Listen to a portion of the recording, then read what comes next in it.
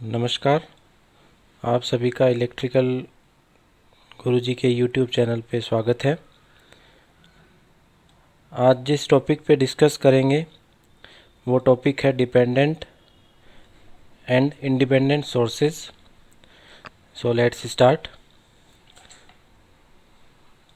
सबसे पहले डिस्कस करते हैं इंडिपेंडेंट सोर्सेज के बारे में। Those voltage or current sources which do not depend on any other quantity in the circuit are called independent source। इसको समझने के लिए एक सर्किट ड्रॉ करते हैं। ये एक बैटरी है E, जिसका जो वोल्टेज है या EMF कह सकते हो आप, उसकी वैल्यू है E प्लस माइनस, और इसके साथ कुछ रेजिस्टेंस कनेक्टेड है R1 R2 और R3। इंडिपेंडेंट सोर्स वो होते हैं कि अगर मान लीजिए अगर आप R1 की वैल्यू 1 है और E की वैल्यू 10 वोल्ट है, अगर आप R1 की वैल्यू को 1 से चेंज करके इसको यहाँ पे 2 ओम कर देते हैं तो इंडिपेंडेंट जो सोर्सेज होते हैं उसकी वैल्यू क्या रहेगी, हमेशा 10 वोल्ट ही रहेगी। आप चाहे 2 ओम कर दो, 3 ओम कर दो, या R2 की वैल्यू कुछ भी चेंज कर दो, 4 ओम से 5 ओम कर दो, फिर भी क्या होगा, जो इंडिपेंडेंट सोर्सेज होते हैं उनका जो EMF या अगर करंट सोर्स है तो एम्पियर, वो हमेशा सेम रहेगा हर कंडीशन के ऊपर। जैसे कि ये फर्स्ट जो आप ए डायग्राम देख रहे हैं, ये एक वोल्टेज सोर्स है, इंडिपेंडेंट वोल्टेज सोर्स। ऐसे ही जो सी है वो क्या है, इंडिपेंडेंट करंट सोर्स। और जो बी और डी है ये क्या है, वोल्टेज और current independent source, AC independent sources. और ए और सी है, ये है DC independent sources. Next, dependent sources. A dependent voltage or current source is one which depends on some other quantity in the circuit which may be either a voltage or current source। ये 4 तरीके के होते हैं, 4 types. Voltage dependent voltage source, ये वो sources होते हैं, voltage sources जो वोल्टेज के ऊपर डिपेंड करते हैं, कोई अदर जो क्वांटिटी अगर वोल्टेज क्वांटिटी है उसके ऊपर डिपेंड करते हैं। करंट डिपेंडेंट वोल्टेज सोर्स, ये वो वोल्टेज सोर्स होते हैं जो किसी करंट के ऊपर डिपेंड करते हैं।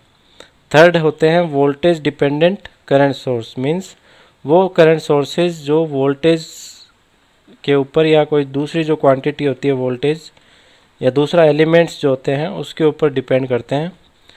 और फोर्थ वन है करंट सोर्स, वो जो करंट डिपेंडेंट, यानी कि अगर कोई एलिमेंट है उसकी करंट के ऊपर ये डिपेंडेंट होते हैं। इसको समझने के लिए आप देख सकते हैं यहाँ पे डायग्राम है।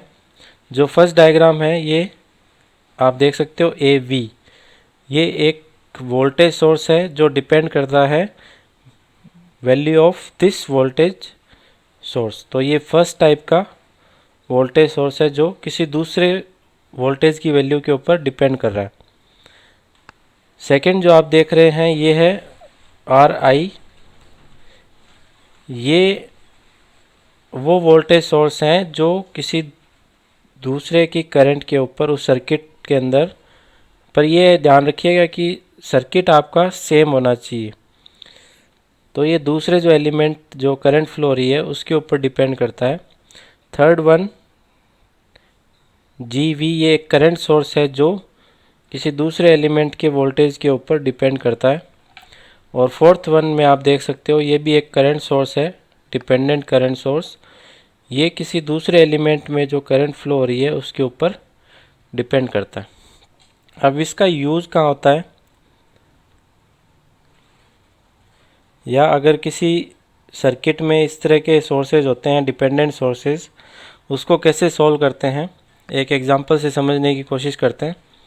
आप देख सकते हो आपकी स्क्रीन में यहाँ पे एक सर्किट दे रखा है जिसमें एक करंट सोर्स है 2 एम्पियर का और एक करंट सोर्स है 4I, मीन्स ये करंट सोर्स क्या है, जो इस ब्रांच में जो करंट फ्लो हो रही है I1 उसके ऊपर डिपेंड करता है। जो I1 की वैल्यू होगी उस रेस्पेक्ट में क्या होगा, इस करंट सोर्स की वैल्यू होगी। अब इसकी वैल्यू कैसे फाइंड आउट करते हैं? जो आपका क्वेश्चन है उसमें क्या दे रखा है, use Kirchhoff current law, find the values of current I1 and I2 in the circuit of figure which contains a current dependent current source, all resistance are in ohms. इसको सॉल्व करते हैं। इसको सॉल्व करने के लिए use करते हैं KCL। KCL में हम क्या करते हैं कि जिससे ये आपका एक जंक्शन है A और नीचे एक जंक्शन है जिसको आपने कर दिया है ग्राउंड, तो मीन्स VO की वैल्यू क्या होगी 0, और इस A जंक्शन पे वोल्टेज की वैल्यू क्या है VA। तो जब KCL अप्लाई करते हैं जंक्शन A पर, एट जंक्शन A, तो उस कंडीशन में क्या होगा, इस ब्रांच में करंट फ्लो हो रही है 2 एम्पियर। इसमें हम क्या करते हैं कि जितने भी ब्रांचेज में करंट है वो क्या करते हैं A की तरफ फ्लो करवाते हैं। वो आप जो भी आपको करंट दे रखी है उसको एक बार आप भूल जाइए, पर ये ध्यान रखिए कि अगर जब किसी नोड जंक्शन पे आप KCL अप्लाई करते हैं, उस जंक्शन से जितनी भी ब्रांचेज निकल रही है उसमें जो करंट फ्लो हो रही है वो क्या होगी A के इनकमिंग करंट। तो फर्स्ट कंडीशन में क्या है 2 एम्पियर पॉजिटिव, थर्ड में प्लस 0 माइनस V, क्योंकि करंट फ्लो होती है हायर पोटेंशियल से लोअर पोटेंशियल, तो 0 माइनस VA अपॉन 3, और प्लस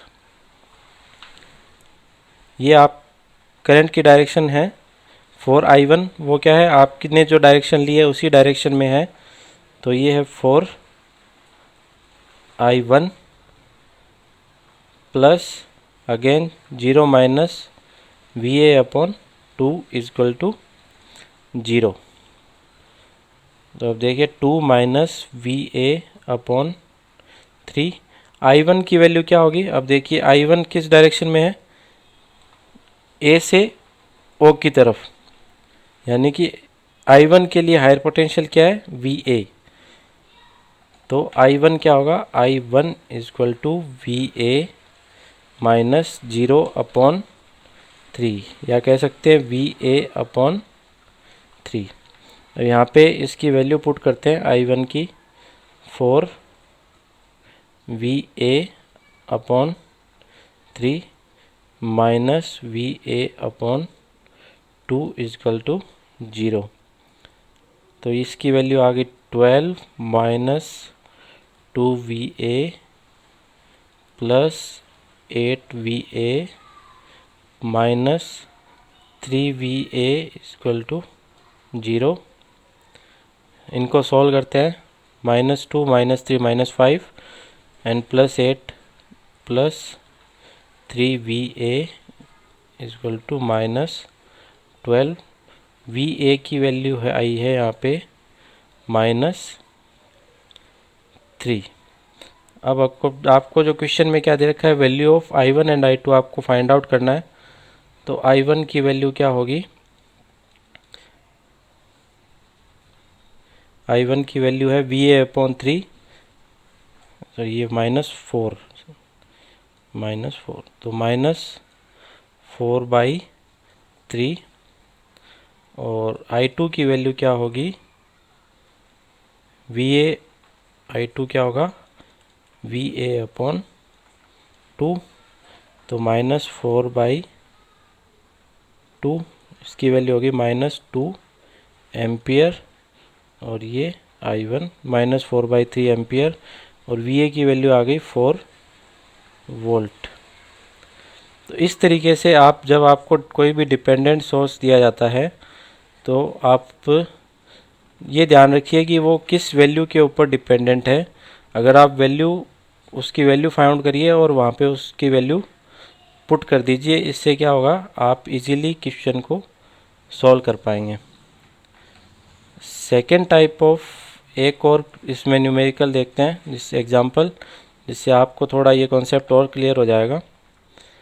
इस क्वेश्चन में आपको पूछा है apply Kirchhoff's voltage law, so find the value of current I and the voltage drop V1 and V2 in the circuit of figure which contains a current dependent voltage source.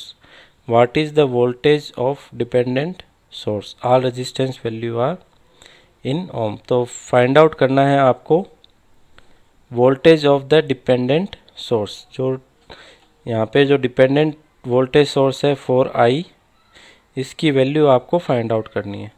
तो easy तरीका है, आपको यहाँ पे Kirchhoff voltage law apply करना है। जो loop की डायरेक्शन है वो मैंने यहाँ पे ली है क्लॉकवाइज डायरेक्शन। सबसे पहले स्टार्ट करते हैं इस पॉइंट से, माइनस से प्लस, तो 6 पॉजिटिव,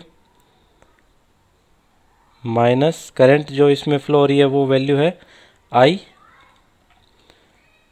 तो -2i, और ये वोल्टेज सोर्स है माइनस से प्लस, तो +4i, और एक रेजिस्टेंस है यहाँ पे प्लस टू माइनस, तो -4i इजकल टू 0। 4i से 4i cancel, 2i is equal to 6, तो i की वैल्यू यहाँ पे कैलकुलेट हो गई 3 एम्पियर। i की वैल्यू क्या है 3 एम्पियर। आपको यहाँ पे फाइंड आउट करना है what is the voltage of the dependent source. तो डिपेंडेंट सोर्स का वोल्टेज क्या है 4i, voltage of dependent source, ये क्या है 4i, और i की वैल्यू हमने निकाली है 3 ampere. 4 into 3 equal to 12 volt. So this is how you can calculate the value of dependent sources, whether it is current source or voltage source, चाहे वो voltage source हो या current source हो। आप जिस वैल्यू पे अगर वो डिपेंड कर रहा है उसकी वैल्यू पहले फाइंड आउट करके आप इजीली जो डिपेंडेंट सोर्सेज हैं उनकी वैल्यू को निकाल सकते हैं। तो आज के इस वीडियो के लिए इतना ही। Thank you.